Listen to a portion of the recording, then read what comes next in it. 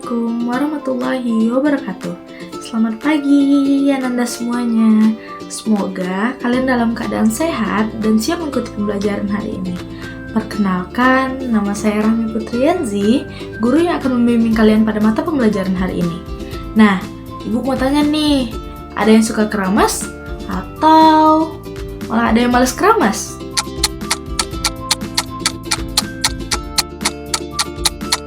Nah, hari ini kita akan membongkar rahasia di balik aktivitas keramas yang kita lakukan. Ternyata mencuci rambut itu ada ilmunya loh, bukan sekedar basa-basahan pakai shampoo. Yuk kita simak 3 kunci rahasia yang wajib kalian pahami. A few moments later.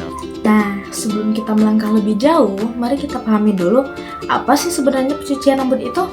Sesuai dengan peta konsep kita, pencucian rambut adalah proses pembersihan kulit kepala dan helai rambut dari berbagai jenis kotoran menggunakan shampoo. Jadi, bukan hanya rambut saja yang bersih, tapi kulit kepala juga harus diperhatikan ya. Kotoran yang dimaksud ini bisa bermacam-macam, mulai dari debu, polusi, minyak alami rambut, sisa produk styling, hingga sel kulit mati. Nah, selanjutnya kita akan membahas mengapa sih kita harus keramas. Kan bisa kita nggak keramas, cuma pakai air aja atau gimana segala macam. Tanpa Ananda sadari, banyak banget manfaat keramas. Yang pertama, untuk kebersihan. Contohnya seperti mengusir debu, keringat, minyak berlebih, buangan sisa gel dan hairspray yang menempel jika Ananda sempat menggunakannya.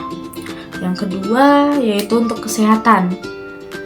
Yang sebagai contoh untuk mencegah ketombe dan gatal-gatal. Pijatan saat keramas untuk kulit kepala itu bermanfaat loh. Bisa memperlancar sirkulasi darah yang ada di kulit kepala, serta membawa nutrisi untuk akar rambut. Nah, selanjutnya manfaat yang ketiga, yaitu rambut menjadi ringan dan bervolume, kilau alami mulai muncul, dan rambut siap menerima nutrisi dari kondisioner. Nah, selanjutnya kita akan membahas kunci yang ketiga. Ini nih part yang paling seru. Sebelum keramas, kita harus jadi detektif dulu. Kenapa sih Bu harus jadi detektif? Mungkin Ananda sempat bertanya seperti itu kan? Nah, oke, sekarang Ibu jelaskan kenapa kita harus jadi detektif. Di sini, sebelum keramas, kita harus memata-matai si klien dulu nih, atau observasi. Seperti cek kelembapan rambutnya, berminyakkah, keringkah, normal atau kombinasi. Selanjutnya, kita harus meraba teksturnya, haluskah, sedangkah, atau kasar. Waspada juga pada kondisi khusus seperti ketombe, rambut rusak, atau rontok berlebihan.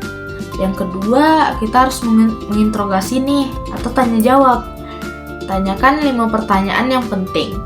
Seperti kapan terakhir kali keramas, yang kedua keluhan utamanya apa gitu, yang ketiga sering pakai catok atau curly atau sering warnai rambut kah gitu, yang keempat produk favoritnya apa, dan yang kelima punya alergi atau tidak.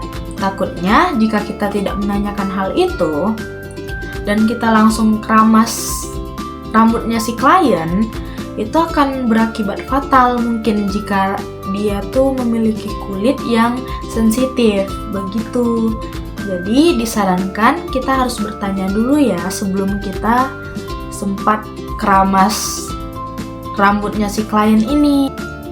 Terakhir, mari kita sedikit membahas tentang bagaimana shampoo itu bekerja. Shampoo mengandung surfaktan. Apa sih surfaktan itu?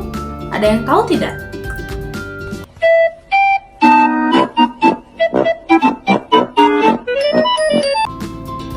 Surfaktan adalah zat yang memiliki 2 ujung, yaitu ujung hidrofilik dan ujung lipofilik. Di mana ujung hidrofilik ini lebih cenderung suka ke air, sedangkan ujung lipofilik dia lebih suka ke minyak. Nah, karena sifatnya ini, surfaktan bekerja seperti magnet, di mana ujung lipofilik akan menarik dan mengikat minyak serta kotoran di rambut dan kulit kepala. Sementara ujung hidrofilik akan berkaitan dengan air saat kita membilas rambut. Jadi ketika air mengalir, minyak dan kotoran yang sudah terikat oleh surfaktan tadi akan ikut terangkat dan terbawa air. Itulah mengapa rambut kita menjadi bersih setelah keramas. Wah, tidak terasa ya, kita sudah belajar banyak tentang pencucian rambut hari ini. Ternyata di balik rutinitas sederhana ini ada banyak ilmu dan tujuan penting yang perlu kita ketahui. Semoga materi ini bisa menambah wawasan Ananda dan membantu Ananda dalam merawat rambut dengan lebih baik lagi. Ingat, setiap rambut punya cerita dan tugas kita lah sebagai calon profesional untuk membacanya dengan benar. Sampai jumpa di pertemuan berikutnya.